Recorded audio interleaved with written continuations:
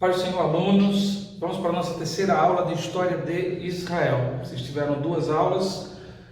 Lembram-se que nós falamos em uma divisão, período dos patriarcas, êxodo, conquista da terra, período dos juízes, período da monarquia, dentro da monarquia os cativeiros, e período intertestamentário é a nossa rota de viagem nessa matéria de História de Israel. Essas três primeiras aulas, como eu já havia advertido para vocês, nós estamos focados na história dos patriarcas, porque neles está a base histórica, teológica da nação de Israel. Precisamos entender os patriarcas para poder entender muitas coisas que vêm dos patriarcas para frente. Então, nas aulas passadas nós falamos sobre Abraão, falamos sobre Isaac e começamos a falar acerca de Jacó. Encerramos a nossa aula passada com Jacó fugindo, chegando em Padan Aram e promovendo aí o seu casamento com as filhas de Labão. Na aula de hoje nós vamos retomar a história de Jacó, principalmente nesse período que ele esteve em Padan Aram, um período de aproximadamente 20 anos, tá? Ele se casa com aquelas mulheres, ele trabalha 14 anos para cumprir o seu direito de casar com Raquel. Ele se casa com elas e passa aproximadamente mais 6 anos naquele lugar, tá? Não pense que ele casou com Leia, trabalhou 7 anos, foi enganado e depois trabalhou mais 7 anos para casar com Raquel. Ele trabalhou 7 anos, casou com Leia, passado o tempo das núpcias, ele casa com Raquel, mas ele tem um compromisso de trabalhar mais 7 anos para que Raquel possa ser totalmente dele, ou seja, foi um casamento financiado em 7 anos de prestação de serviço. Então, nesses 20 anos que Jacó esteve aí em Padan Aram, debaixo do patriarcado de Labão, muita coisa aconteceu e coisas importantes para a formatação da nação de Israel, como por exemplo os filhos de Jacó.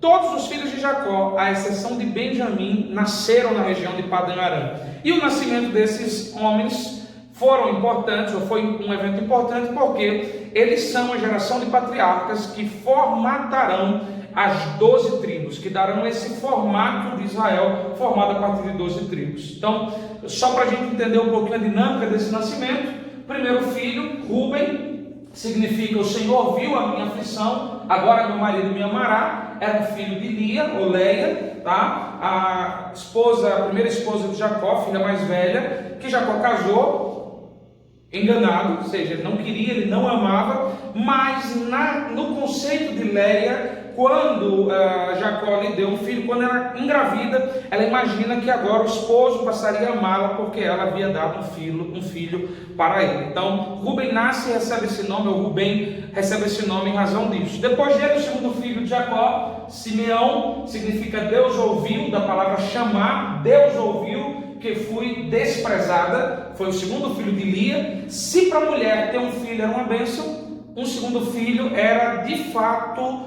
a indicação de que a bênção de Deus estava presente, se havia feito presente, que Deus havia ouvido a sua oração, tá? O terceiro filho de Lia, terceiro filho de Jacó, esse é interessante, Levi, e Alavé é a palavra original de Levi, que significa agora o meu marido se ligará a mim. Há um sentido que diz que a palavra Levi significa aquele que unirá o coração do meu marido ao meu coração. E o Levi foi aquele que deu origem à tribo dos levitas, que tinham essa função sacerdotal, litúrgica, cerimonial, mais na frente dentro da nação de Israel. Então Lia tinha essa esperança que, dando a ele o nome de Levi, ela estava declarando, não é que ela acreditava que o nome faria diferença, ela estava dizendo o seguinte: 3 filhos, agora batata, o coração do meu marido vai se unir ao meu coração. Então Levi nasce com esse propósito. Judá, talvez o nome mais conhecido e mais famoso depois de Levi, daqueles que são os filhos de Jacó, leão da tribo de Judá, ou Jesus vindo como aquele que reinaria sobre Judá. Judá, de onde vem o nome judeu, 4 filho, seu nome Odê, ou Leodot, significa dessa vez agradecerei ao Senhor. Lia está dizendo, 4 filhos, eu já não tenho mais que pedir nem declarar nada, só agradecer, porque de fato fui agraciada por Deus, tá? Veja que cada nome tem o seu sentido, o seu significado, e isso para o judeu é muito importante. Dentro do contexto da cultura original de Israel, o nome é muito importante. A palavra nome em hebraico é Shem. E a palavra Shem quer dizer história. Então, muitas vezes se tentava adivinhar o caráter de uma pessoa a partir do seu nome, ou o que ele seria a partir do seu nome. É o que se chama de onomatomancia. Onomatomancia é a ciência, entre aspas, né? A intenção de adivinhar o caráter a partir do nome. Mas veja que o nome tem uma influência muito grande. Agora, o que acontece?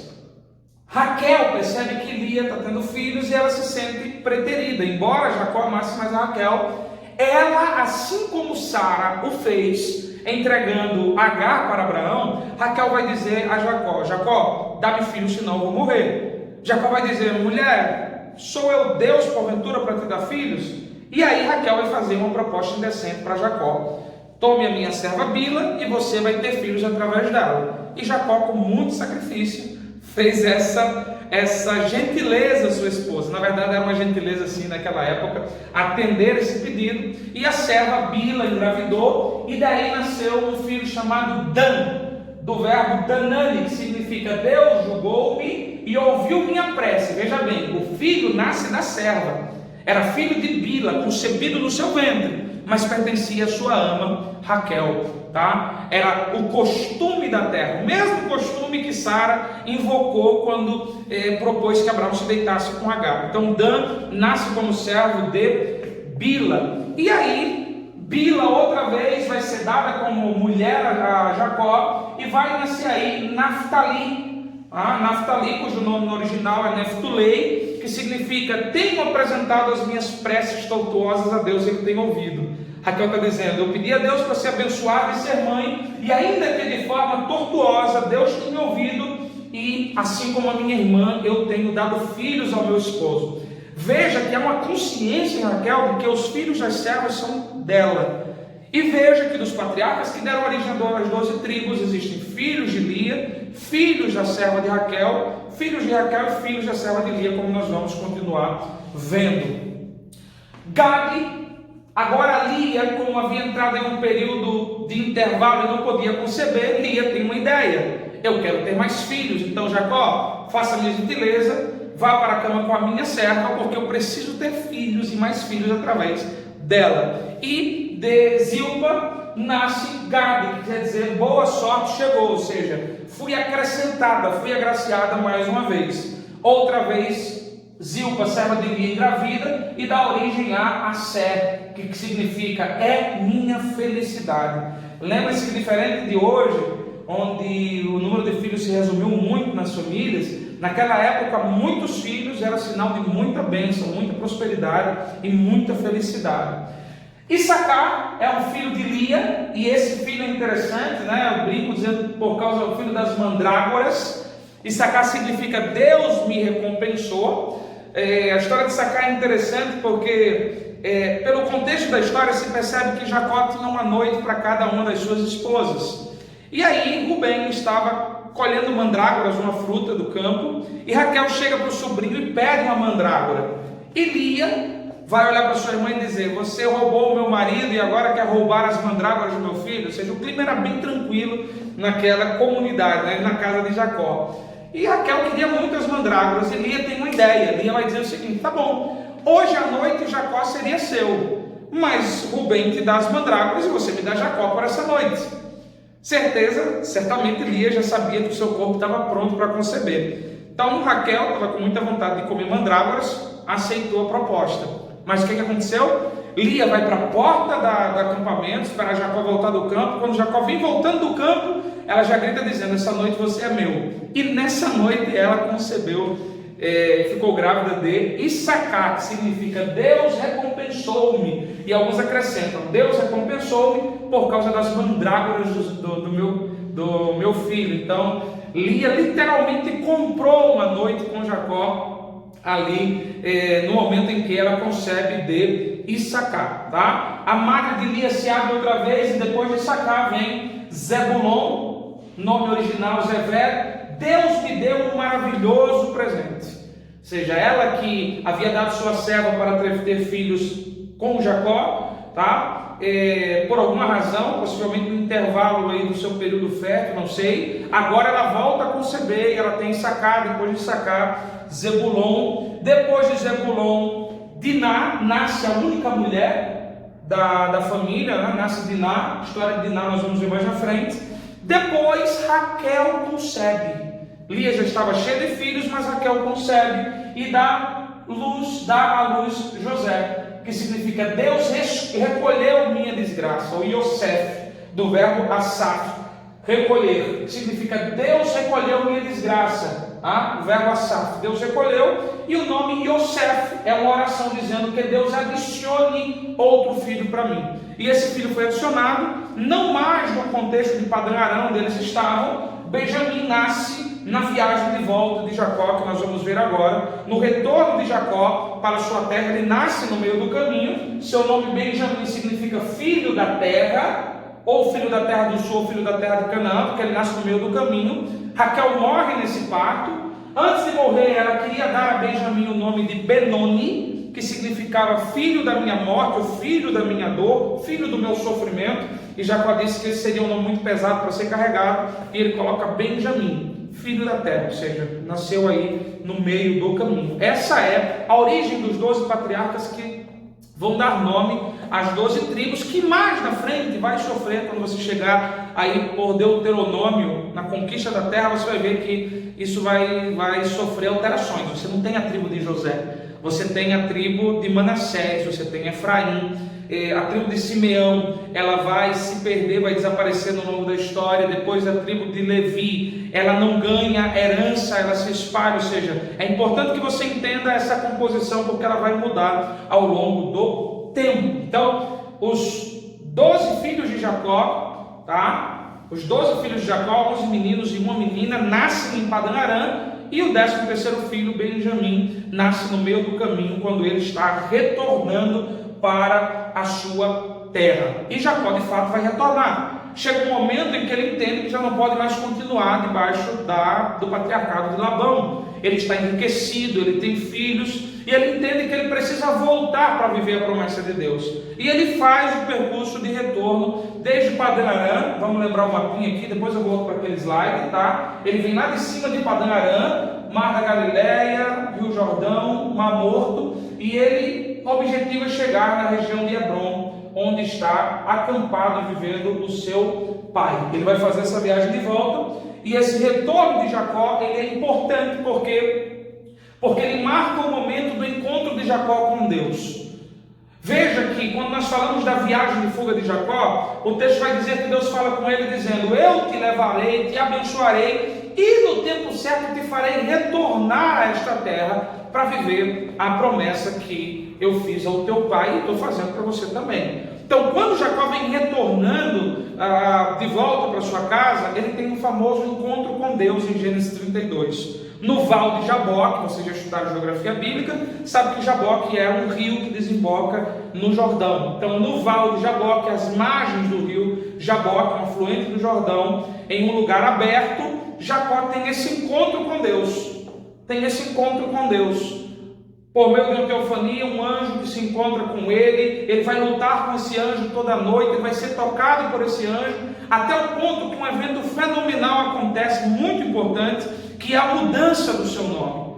Naquela luta nasce um nome que vai marcar a história desse povo, dessa nação, e para nós um nome muito significativo, que é o nome Israel, príncipe de Deus, ou vencedor de Deus, ou aquele que lutou com Deus e venceu e prevaleceu. Esse nome agora ele é dado a Jacó, e ele vai designar os seus descendentes. Deus de Abraão, de Isaac e de Jacó, mas mais na frente nós vamos ouvir o Deus de Israel. Israel é justamente o nome que foi dado a Jacó nessa luta. Então essa mudança do nome é importante, porque nesse evento nasce o nome da nação que Deus havia escolhido.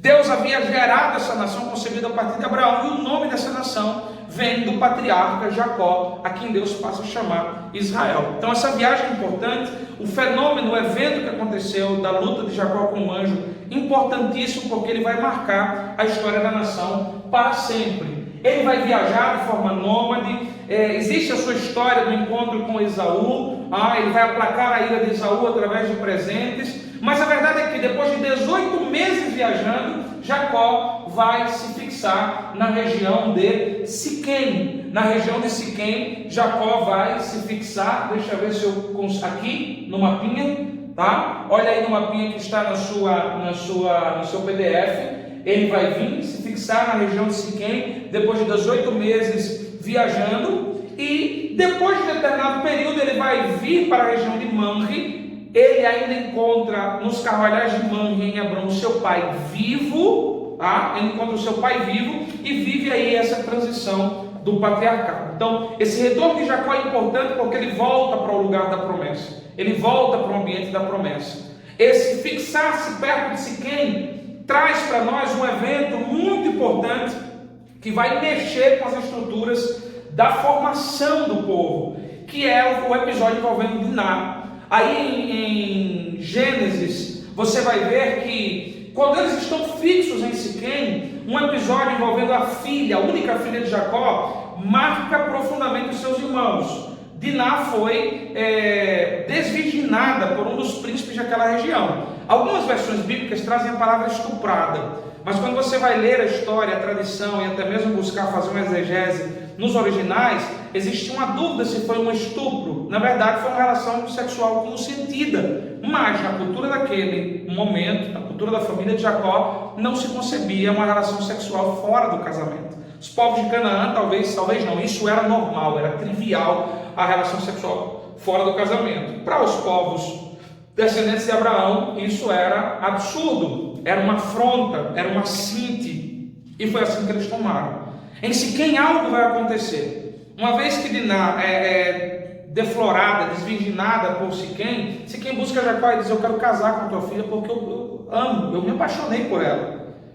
E Jacó ficou na dúvida, mas aí Simeão e Levi se aproximam e dizem: pai, não podemos entregar nossa irmã para incircuncisos. Ele se casa com nossa irmã com a condição de que todos os homens de Siquém sejam circuncidados. E a Bíblia vai dizer que Jacó gostou da ideia, ela vai circuncidar, vai entrar todo mundo na linhagem de Abraão, vai vir todo mundo para a família. Siquém era príncipe, muito apaixonado por Diná, convence o pai manda circuncidar todos os homens de Siquém. O que acontece? Quando todos os homens estão circuncidados, Simeão e Levi entram na cidade de Siquém e matam todos os homens que haviam ali. Todos os homens estavam naquele período de inflamação da circuncisão, sem condições de lutar. Lembre-se, a circuncisão era o corte do prepúcio, a pelezinha que cobria a cabeça do pênis, aquela pele que sobra. Ele era posto sobre uma pedra e com uma faca de pedra, era arrancado, era decepado. Tá? Caleb sentiu alguma coisa aqui na gravação. Então era decepado aquilo ali. Naquela época, com nenhum antisséptico, aquela galera que foi circuncidada entrava num período de inflamação muito forte. Simeão e Levi entram na cidade de Siquém e matam todos os homens, fazem as mulheres cativas, trazem o gado e tudo. E isso vai ser muito forte na história deles, vai ser uma marca tão forte que no momento que Jacó vai abençoar os seus filhos, ele vai dizer o seguinte de Simeão e Levi, Gênesis 49, 5 e 8. Simeão e Levi são irmãos, as suas espadas são instrumento de violência. No seu secreto conselho não entre minha alma, com a sua congregação minha glória não se ajunte, porque no seu furor mataram homens, e na sua teima arrebataram bois. Maldito seja o seu furor, pois era forte, e a sua ira, pois era dura. Eu os dividirei em Jacó e os espalharei em Israel. De fato, a tribo de Levi, quando conquista a terra, vocês lembram disso em geografia, não teve herança própria.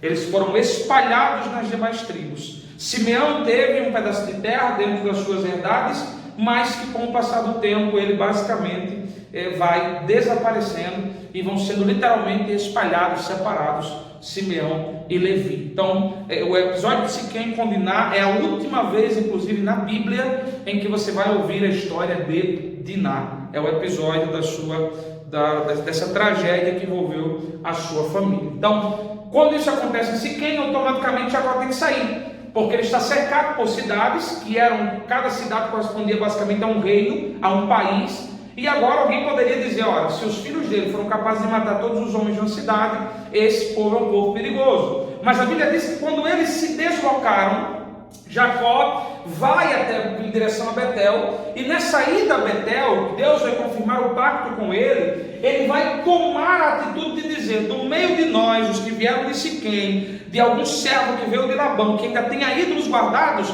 vamos lançar fora todos os ídolos.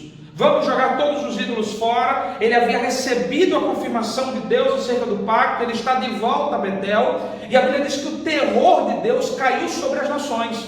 Olhava para um grupo de nômades caminhando, sem literalmente eira nem beira, sem um local fixo, às bordas da cidade, e olhando para esse grupo de nômades, as nações e os povos tremeram, estremeceram diante deles. E ele faz esse pacto ali em Betel, o lugar que vai ser chamado Casa de Deus, Betel, Beit o casa do Senhor. Ele ergue um altar, e como Abraão, ele vai fazer um sacrifício ao Senhor na resposta à confirmação do pacto por Deus. Então, Jacó, ele vai trilhar basicamente os mesmos caminhos de Abraão, ele vai tomar as mesmas atitudes de Abraão e vai adotar uma mesma postura. Por isso, repito o que disse na aula passada, ele é um patriarca importantíssimo. Mais da metade do livro do Gênesis fala dele, e o nome da nação de Israel veio desse patriarca de tamanha importância. Nessa viagem de Betel, agora em direção a Efrata, uma antiga designação de Belém, nasce Benjamim. É onde Raquel vai morrer, tá? Raquel morre no meio do caminho do nascimento de Benjamim, e ela é sepultada aí. Foi a única da família nuclear dos patriarcas que não foi sepultada em Hebrom. Em Hebrom, Abraão havia comprado um campo, o campo de Macpela, para sepultar a sua esposa Sara, e os patriarcas iam morrendo, suas esposas iam sendo sepultados ali no campo de Macpela. Raquel não, Raquel foi sepultada aí no meio do caminho, porque ela morre no parto de Benjamim. Foi um parto sofrível, angustiado, angustioso, tá? E ela chega a falecer. Jacó perde a sua mulher amada, e a única recordação que ele vai ter dela é José. Por essa razão, José era também tão amado por ele. Nessa viagem de Jacó, até o momento em que ele vai se fixar, encontrar seu pai, receber o patriarcado, outro episódio marcante acontece, e agora envolvendo Rúben, ou Rubem. Em Migdal Edé, uma região no meio do caminho, tá? No meio da viagem até Efrata, a Bíblia vai dizer que Rúben se deitou com uma serva de Raquel, Bila, aquela que Raquel deu a Jacó para ter filhos. Rúben toma uma atitude e se deita, vai para a cama com a mulher do seu pai, ele viola o leito do seu pai. E aquilo foi muito marcante, porque Rúben como primogênito, ele seria o cabeça, ele receberia o patriarcado. E por que nós não escutamos falar tanto dos Rubenitas, ou da tribo de Rubem, como sendo a tribo que encabeçava? Porque a tribo de Rubem sofreu as consequências da afronta que Rubem cometeu contra Jacó. Alguns historiadores dizem, historiadores da tradição judaica, é claro, que a grande questão que levou Rubem a fazer isso foi uma revolta pelo fato de que, quando Raquel morreu, eles esperavam que Jacó fosse se aproximar de Lia, fosse amar mais a Lia, fosse tê-la em maior estima. Isso não aconteceu. Há um rabino que diz que se esperava que Jacó trouxesse a sua cama para a tenda de Lia, ou seja, que fizesse dela realmente a sua esposa principal e a priorizasse. E isso doeu em Rubem. Quando isso não acontece, quando Lia continua sendo menosprezada por Jacó, ou pelo menos posta em segundo plano, Rubem, então, nesse ato de revolta, ele se deita com a serva que era de Raquel, que seria quase a mesma coisa, seria uma ideia de afrontar, de se deitar com a mulher mais amada do seu pai, tá? Essa é mais ou menos a ideia que talvez se projetou na cabeça de Rubem, e isso teve consequência sobre ele. No momento de receber a bênção, nos últimos dias de Jacó, Jacó vai dizer de Rubem o seguinte, Gênesis 49, 3-4, Rubem, tu és meu primogênito, minha força, ou seja, gerado da primeira gota do meu vigor. Isso que está em vermelho aí são algumas expressões mais perto do original, tá? Então, Rubem, tu és meu primogênito, minha força, gerado da primeira gota do meu vigor, e o princípio do meu vigor, o mais excelente em alteza e o mais excelente em poder. Ele está dizendo, tu merecias o privilégio do sacerdócio da realeza, tu merecias o privilégio de ser o patriarca, porque o patriarca naquela época, ele era o governante do clã, de todos os seus irmãos, e ele era o sacerdote, era quem intercedia a Deus, era quem sacrificava. Então o patriarcado naquela época tinha esse condão. a herança era entregue totalmente ao primogênito. O primogênito se fazia senhor de tudo. Então Rúben receberia tudo. Cuidado, se situe no tempo. Já vi muita gente dizendo que Jacó comprou a primogenitura de Esaú porque Esaú receberia porção dobrada e Jacó receberia uma porção menor. Veja bem, Esaú como primogênito receberia tudo, assim como Rúben como primogênito receberia tudo. Toda a riqueza seria senhor dos seus irmãos seriam abençoados, mas ele seria o patriarca daquela família, dentro daquele contexto. Por isso Jacó diz: tu merecias o privilégio do sacerdócio da realeza. E ele segue dizendo o seguinte: impetuoso como a água, não serás o mais excelente, porquanto subiste ao leito do teu pai, então o contaminastes. Um texto mais próximo do hebraico, ou comentado por rabinos, vai dizer: profanastes a presença divina que repousa sobre a cama do teu pai. Tá? Então essa profanação que Rúben comete contra o seu pai faz com que ele perca os privilégios da primogenitura. Ele perde literalmente os privilégios da primogenitura, ele ganha lugar secundário dentro da história, literalmente secundário. Por isso Judá, o quarto filho de Jacó, é quem vai ser o mais destacado em termos políticos, em termos de governo, em termos de realeza. Será Judá o quarto filho de Jacó, e talvez haja uma explicação para isso na história de José. Mas a verdade é que nesse momento Deus, pela palavra profética de Jacó, elimina Rúben dessa linha sucessória, dessa posição privilegiada. Por isso que hoje nós não falamos tanto na tribo de Rúben, mencionamos muito mais a tribo de Judá e secundariamente a tribo de Levi, em razão dos serviços cerimoniais. Então veja que há detalhes na história dos patriarcas que são importantes e que nós precisamos ter em mente para poder entender determinadas coisas que vêm no futuro. Muita gente pensa que Judá era o filho mais velho de Jacó, e não é, tá? A história de Israel passa por essas tragédias que vão aí formatando o seu contexto. Depois dessa situação, Jacó chega em Hebrom, onde estava o seu pai, especificamente em Manre. Lembra que Abraão acampou nos carvalhais de Manre, onde Deus falou com ele por pelo menos 3 vezes, onde ele cresceu, onde ele prosperou? Isaac estava ali. O seu pai, o pai de Jacó, estava ali. Jacó o encontra vivo, Jacó presencia sua morte, Jacó está reconciliado com Esaú, Jacó sepulta seu pai e assume o patriarcado dali para frente. Ele agora se torna patriarca e essa linha Abraão, Isaac e Jacó, ela se torna perfeita nesse momento. Ou seja, agora eu tenho o patriarca Jacó, literalmente, o patriarca do povo hebreu, o patriarca da descendência de Abraão. Olhando para o mapa mais uma vez, tá? Ele está em Hebrom, os carvalhais de Manre, nessa região, tá? Eles orbitaram bastante entre Hebrom, Berseba, Gerar, tá? Olha os poços, Reobote, o poço do vivente que vê. Então eles orbitaram bastante nessa região do mapa, mas agora Jacó está bem estabelecido, seus filhos estão crescendo, algumas coisas passam a acontecer, as histórias começam a se entrelaçar, e dentro dessas histórias paralelas que acontecem durante o patriarcado de Jacó, 2 histórias são importantes. A primeira, Judá e Tamar, pelo que você já leu lá em Gênesis capítulo 38, salvo equívoco. Judá e Tamar era um momento em que a família cresceu, se estabeleceu. Um filho de Judá casou-se com Tamar, morreu sem deixar filhos.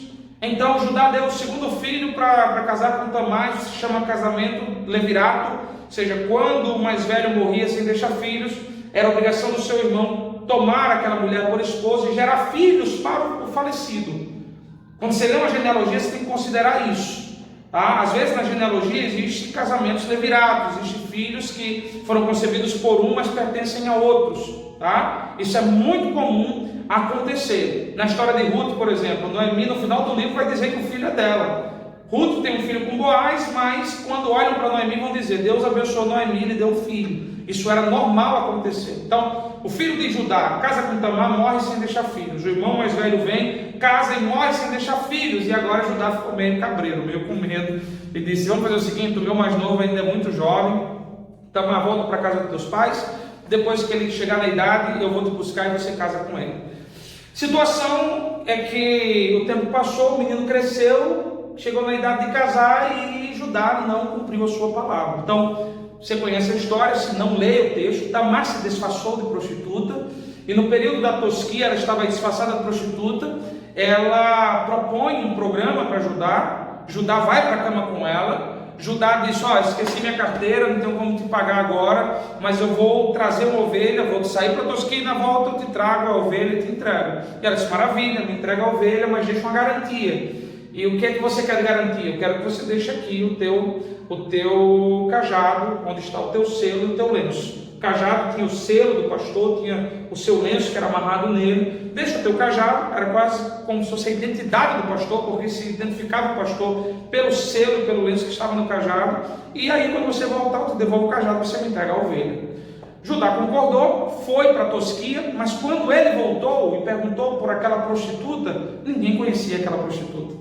Ninguém sabia quem ela era. Ninguém sabia que havia uma prostituta como ela por ali. E Tamar desapareceu, e Judá tranquilamente foi embora, deixando o seu cajado na mão dessa prostituta que ele não sabia que era Tamar. Tamar engravidou. E de repente chegou a notícia para Judá: tua nora está grávida. Ou seja, ela foi para a cama com alguém, ela profanou a memória do teu filho, ela quebrou o pacto e Judá virou homem. Saiu correndo e vamos matar, vamos apedrejar a mulher, e trouxeram Tamar para ser morta, até que ela pediu a palavra e disse: eu sei quem é o pai dessa criança. Quem é o pai dessa criança? É o dono desse cajado. E quando olharam, era Judá. E aí foi interrompida a execução de Tamar, nasceu Zerai Pérez, tá? Tamar entra na genealogia de Cristo. Tamar entra na genealogia de Cristo. Aquela Tamar que é mencionada na genealogia de Cristo é essa. O filho de Tamar com Judá está na genealogia de Cristo, tá? Esse é um tema que a gente poderia falar outro dia, outro momento, sobre essas pessoas na genealogia de Cristo. Você tem uma Tamar que engravidou do seu sogro ardilosamente, você tem uma Raabe que era prostituta, você tem uma Ruth que era moabita na genealogia de Cristo, e aí está a razão pela qual Tamar entrou na genealogia de Cristo. Ela teve um filho com Judá. Esse episódio eu destaquei justamente por isso, porque ele tem repercussão mais na frente. No Novo Testamento, se você não entender a história de Israel, você não vai entender por que Tamar entrou na genealogia de Cristo. Ela entra a razão desse episódio, que ela enganou o sogro e engravidou dele. Essa é uma história, dentro da história de Jacó, essa é uma história importante. Curta, um capítulo, mas uma história extremamente importante. Até porque no nascimento dos gêmeos, Zerai e Pérez, a Bíblia vai dizer que o primeiro põe a mão para fora, marcam ele com uma fita vermelha, só que ele puxa o braço. E aí, aquele que não estava marcado saiu primeiro, mas o primogênito foi o que irrompeu primeiro. Então, Deus pegou o primogênito e deixou em segundo plano e adotou o segundo filho. Ou seja, dos gêmeos, o mais velho agora estaria em segundo plano no projeto de Deus, assim como foi com Esaú e Jacó, assim como foi com Israel e a igreja. Israel rompe primeiro, mas a igreja que vem depois é quem está desfrutando desse privilégio. São aplicações que se podem fazer. Então, uma história importante dentro desse contexto. A outra história importantíssima dentro da história de Jacó é a história de José. Lembra que eu te falei há pouco acerca de Raquel haver morrido, e a única lembrança e memória que Jacó tem dela agora é José, o filho amado que ele tinha com Raquel? Pois bem, José cresce amado, cuidado, protegido pelo seu pai. José era projeto de Deus. Eu quero que você leia depois da aula o Salmo 105 e veja aí dos versículos 16 até o 24 que Deus planejou a história de José e fez dele uma ferramenta de livramento. Mas os seus irmãos não entendiam isso. Quando José começa a ser tocado por Deus acerca do que Deus faria, ele começa a ter sonhos. Ele sonha com o feixe de trigo, os feixes dos seus irmãos se curvando diante dele. Ele sonha com o sol, lua e estrelas se curvando diante dele. E seus irmãos interpretam isso de forma equivocada, tramando um plano para matá-lo. É importante que você olhe para o episódio dos sonhos, principalmente o segundo sonho. É um sonho de exaltação. Embora a Bíblia, na tradução que nós temos, dê a entender que Jacó ficou bravo, você quer dizer que eu, sua mãe e seus irmãos nos encurvaremos diante de você, tá? Flávio José vai dizer que Jacó, na verdade, se alegrou, porque José, o seu filho amado, da esposa amada, seria exaltado no meio dos seus irmãos. Ele fez a leitura adequada, ele fez uma leitura adequada daquilo que Deus estava falando com José. Então, essa imagem de sol, lua e estrelas, ela é uma das chaves que você vai precisar usar para entender Apocalipse, capítulo 12, por exemplo. Uma das chaves interpretativas de Apocalipse é o Gênesis. E veja que dentro da história de Israel, Deus vai soltando, deixando rastros para que nós, do começo, extraiamos chaves para interpretar o final da história. Lá no Apocalipse, uma mulher vai aparecer com essas marcas, sol, lua e estrelas, para nos indicar que aquilo era a nação de Israel, que o livro do Apocalipse estaria falando da nação de Israel. Por que eu estou fazendo essa correlação? Para que você entenda que não é só uma história, que toda a Bíblia está entrelaçada, e nesse entrelace da Bíblia estão as chaves de interpretação. A história de Israel está dentro da história da redenção, é protagonista da história da salvação. E toda a Bíblia está tratando dessa história da salvação, da redenção, começo, meio e desfecho. Então, se eu entender a história de Israel, principalmente nesse lastro dos patriarcas, eu vou entender, conseguir assimilar com muito maior facilidade todas as demais histórias da Bíblia, principalmente o seu desfecho. É importante que nós tenhamos isso em mente e tenhamos isso no coração. Por isso eu estou trazendo detalhes e destacando com vocês, para que vocês não pensem que é só contar a história da nação de Israel. Tá? José é uma figura importantíssima, ele vai ser um tipo de Cristo. Deixei para o final aí, se der tempo, nós vamos falar sobre essa tipologia, ou pelo menos mencionar para vocês. Mas a verdade é que a história de José, ela é crucial para a preservação da nação de Israel e para a vinda e revelação do Messias. Ainda que, como eu disse para vocês, os seus irmãos enciumados projetam matar José. E esse plano foi levado adiante. Esse plano para matar José se concretizou da seguinte forma: José foi educado, instruído, sabia ler, sabia contar, então ele fazia a parte administrativa na casa de seu pai. Ele fiscalizava os seus irmãos. E nessa fiscalização, os seus irmãos, sabendo que seriam fiscalizados, estavam ali acampados em Siquém. A Bíblia diz que Jacó manda José ir até Siquém para encontrar os seus irmãos e ver o que estavam fazendo. Os seus irmãos ardilosamente já tinham se deslocado de Siquém para Dotã. E um homem, que alguns da tradição judaica vai dizer que foi Gabriel, encontra José no caminho e diz: ó, seus irmãos estão em Dotã. E José vai até Dotã. Ou seja, os irmãos tentaram burlar José, ele não nos vai encontrar aqui, mas esse homem, que alguns da tradição judaica dizem que foi Gabriel, encaminha José até Dotã. O que acontece em Dotã é que os irmãos têm uma ideia. Quando vem José de longe, vão dizer: nós estamos longe, nós estamos em um lugar onde nosso pai não sabe, vamos matar José. Pegamos suas vestes, marcamos com o sangue de algum animal e dizemos ao nosso pai que encontramos as vestes que ele foi estraçalhado no meio do caminho. Nesse momento, Rúben tenta uma redenção, ele dissuade seus irmãos a matar José.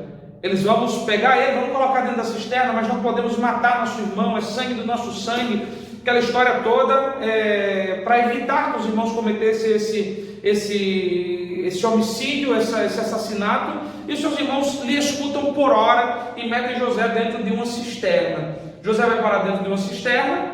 Dentro dessa cisterna ele passa algum tempo, os irmãos decidindo o que fazer com ele. Passavam naquela região mercadores ismaelitas e midianitas, ou midianitas, ismaelitas e midianitas estavam juntos. Lembra da aula que nós falamos na aula passada sobre os descendentes de Abraão? Midian foi um deles. Ismaelitas, descendentes de Ismael. Midianitas, descendentes de Midian. Ambos descendentes de Abraão. Tá? Os midianitas, descendentes de Abraão com Quetura. Os ismaelitas, descendentes de Abraão com H. José, descendente de Abraão com Sara. Veja que só dá Abraão, a família de Abraão está aí reunida. E os irmãos têm uma ideia de Judá. Tá? Judá tem uma ideia: vamos vender José como escravo, nós não vamos matá-lo, não teremos o sangue dele nas nossas mãos. Os midianitas vão levar escravos para vender na costa do Mediterrâneo e no Egito, e eu acredito que vão levar José para bem longe. Essa decisão é acatada. José é vendido como escravo, a preço de escravo, pelos seus irmãos, aos midianitas, ismaelitas, que vão fazer uma viagem comercial lá. José sai daqui, de Hebron, procura os irmãos em Siquém, é lançado em Dotã, na cisterna, é vendido, e ele vai fazer todo esse percurso, margeando o mar Mediterrâneo até chegar em Heliópolis, que era o lugar onde ele foi vendido, que foi o lugar onde ele foi vendido como escravo, tá? A cisterna de Dotã, isso é uma foto da região, era mais ou menos isso, tá? Era uma caverna, literalmente uma gruta. José é jogado aqui e isso é um buraco, na verdade não é uma caverna vertical, horizontal, é uma caverna vertical. Ele é jogado dentro dessa cisterna, os ismaelitas passam, os ismaelitas vinham da região de Gileade, trazendo especiarias, trazendo outros produtos, e eles tinham duas rotas, uma rota pelo Mar Morto, que era muito mais difícil. Lembre-se da aula de geografia, isso aqui é uma cordilheira de montanha, muito difícil, mas que era feito, uma viagem realizada por eles. E havia uma outra rota mais comum, que era cruzando o Jordão, passando por Dotã, onde eles compraram José, e vinham margeando as grandes cidades que estavam na beira do mar Mediterrâneo. E, como em todos os lugares da história, as margens, né, o litoral, era sempre o lugar de cidades maiores, mais prósperas, com maior riqueza e com abundante comércio. Por causa dos navios, da troca, do escambo, que era a troca de mercadoria, tá? Dos viajantes que chegavam. Então, José viaja tudo isso. Poderia ter sido vendido em qualquer lugar aqui, mas ele vai ser vendido no Egito. E lá no Egito, nós vamos ter 3 fases da vida de José que são importantíssimas para ele. Veja que agora o Gênesis sai do foco da história de Jacó, a história de Jacó está aí, mas o foco agora está na vida de José. O cenário geográfico muda, nós saímos de Canaã, estamos no Egito, e dentro do Egito, agora focados na história de José, 3 pontos principais: a casa de Potifar, a prisão e o trono. Esses serão 3 momentos importantes e cruciais na história de José, na sua chegada ao Egito. Na casa de Potifar, ele vai ser formado como um grande administrador de bonanças. Potifar era um general, a versão católica da Bíblia nos diz que Potifar era um general de exércitos de Faraó, e a Bíblia diz que, Gênesis 39, 3, 4, vendo pois o seu senhor, ou seja, Potifar, vendo pois Potifar que o Senhor estava com ele, e tudo o que fazia o Senhor prosperava em sua mão, José achou graça em seus olhos, e serviam, e ele o pôs sobre a sua casa, e entregou na sua mão tudo o que tinha. Potifar compra José como um escravo inteligente, um escravo que seria útil, mas quando José chega na casa de Potifar, ele agora se torna o mordomo, o administrador principal, tá? Entregou na sua mão tudo o que tinha, quer dizer que as chaves da casa e dos tesouros de Potifar estavam nas mãos de José, tá? José vai viver esse momento, um momento de alívio, mas muito mais do que um momento de refresco para sua alma. A casa de Potifar foi uma preparação, foi Deus ensinando José a administrar na abundância, a organizar um cenário abundante. Grave isso que eu estou te dizendo. A casa de Potifar foi esse cenário. Uma vez que José aprendeu, Deus permite que algo aconteça a José. Ele é caluniado pela esposa de Potifar, conhecemos a história, ela queria ir para a cama com ele, e ele, por amor a Deus, rejeita aquela proposta, e na rejeição daquela proposta a mulher se enfurece e diz a Potifar que ela tentou ser violentada, ou seja, que ele tentou violentar, estuprá-la, e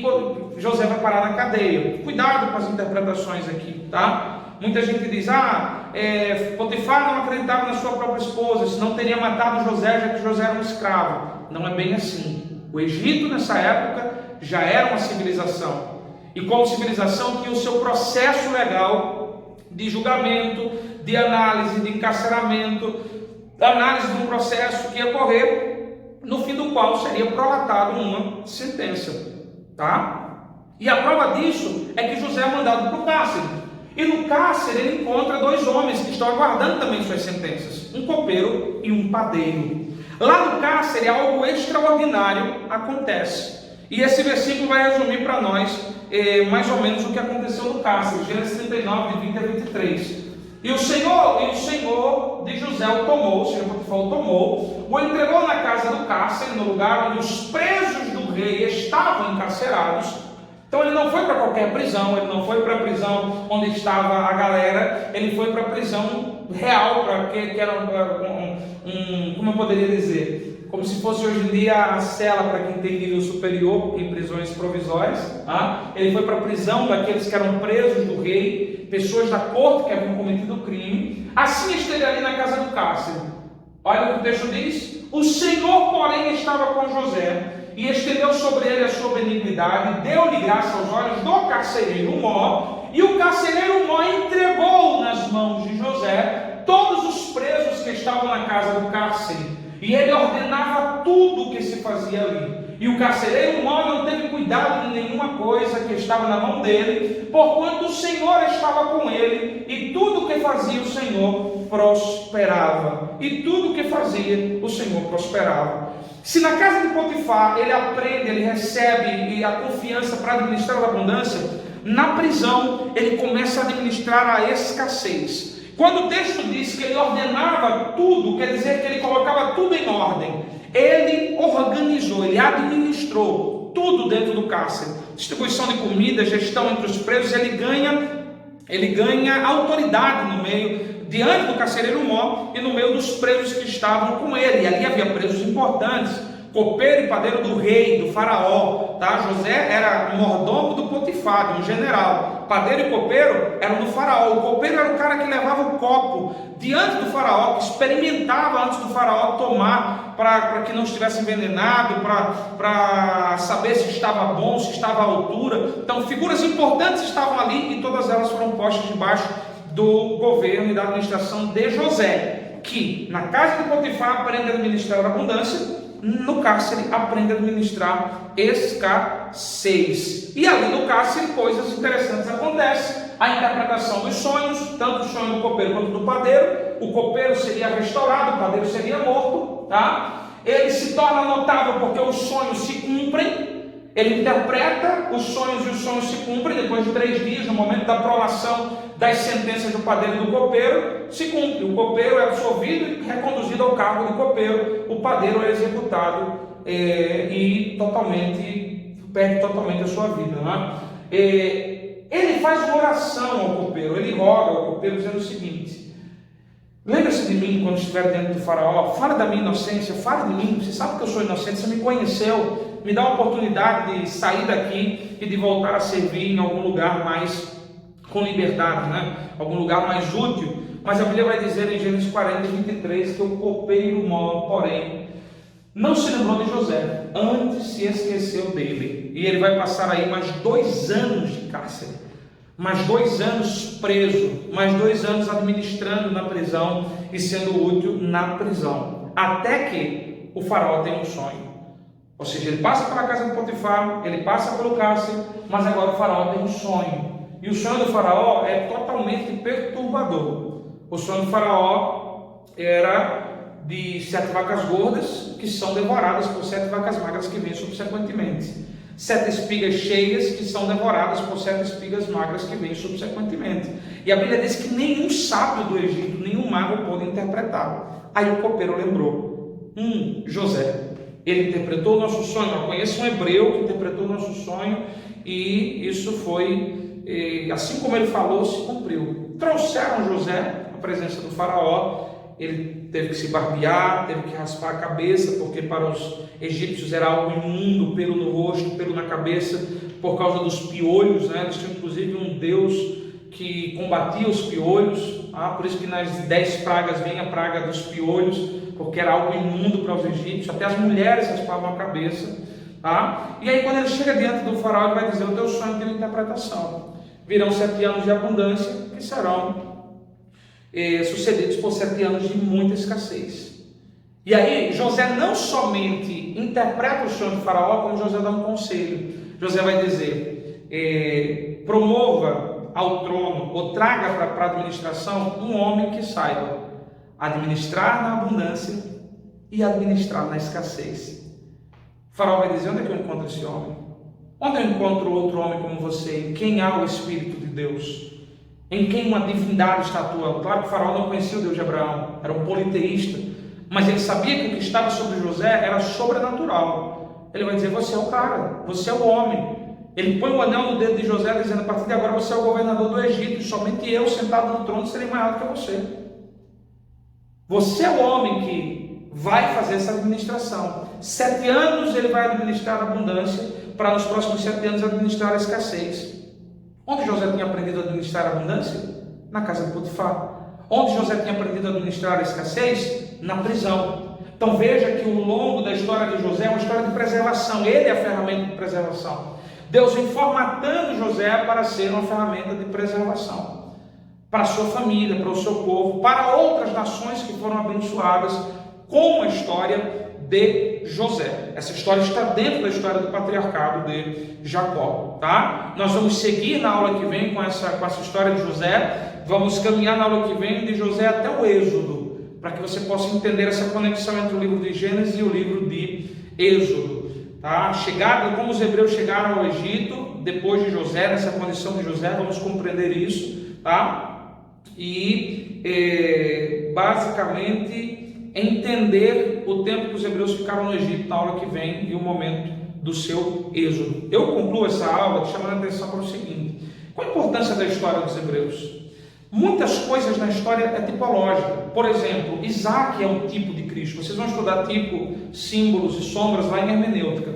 Mas tipo é como se fosse uma prefiguração, tá? Isaac prefigurou Cristo sendo oferecido pelo pai. José era também um tipo de Cristo. Em que sentido? Veja comigo como ele era um tipo de Cristo, tá? A história de José, ela se cumpriu em Cristo. José é o tipo, Cristo é o antetipo. Não se angustie, vocês vão estudar isso em hermenêutica, tá? José inicia o seu governo aproximadamente aos 30 anos. Jesus começou o seu ministério aos 30 anos. José é vendido por ideia do seu irmão Judá. Jesus é vendido por Judas. Judas era o mesmo nome Judá. É uma variação do Antigo para o Novo Testamento. José fora condenado e esteve entre outros dois condenados, um que se salvou e outro que se perdeu. Jesus fora condenado e na cruz esteve entre dois condenados, um que se perdeu e outro que se salvou. José perdoou os seus irmãos, Gênesis capítulo 50.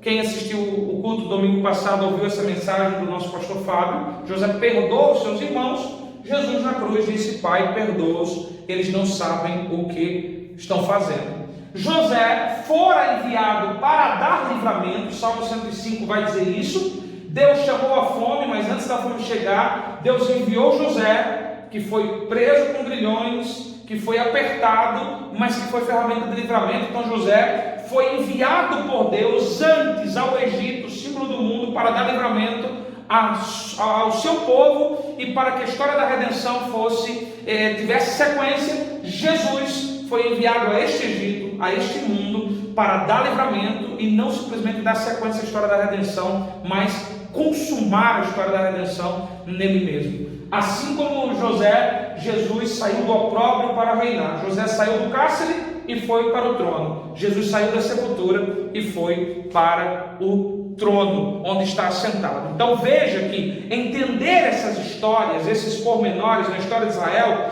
nos vai fazer entender a estratégia, o plano, o método de Deus dentro da história, a maneira como Deus age dentro da história e como Deus usou a nação de Israel como plataforma para o cumprimento dos propósitos redentivos. A redenção vem da história da nação de Israel. Eu concluo essa aula lendo para vocês o Salmo 106, versículos de 16 a 23, que diz: Deus chamou a fome sobre a terra, quebrantou todo o sustento de pão, mandou perante eles um homem, José, que foi vendido por escravo, cujos pés apertaram com grilhões, foi posto em ferros, até ao tempo em que chegou a sua palavra. A palavra do Senhor o provou, mandou o rei e o fez soltar, o governador dos povos e o soltou, fez o Senhor da sua casa e governador de toda a sua fazenda, para sujeitar os seus príncipes ao seu gosto e instruir os seus anciãos. Então Israel entrou no Egito e Jacó peregrinou na terra de Cão. Esse é o tema da nossa próxima aula, os hebreus entrando no Egito e esses 430 anos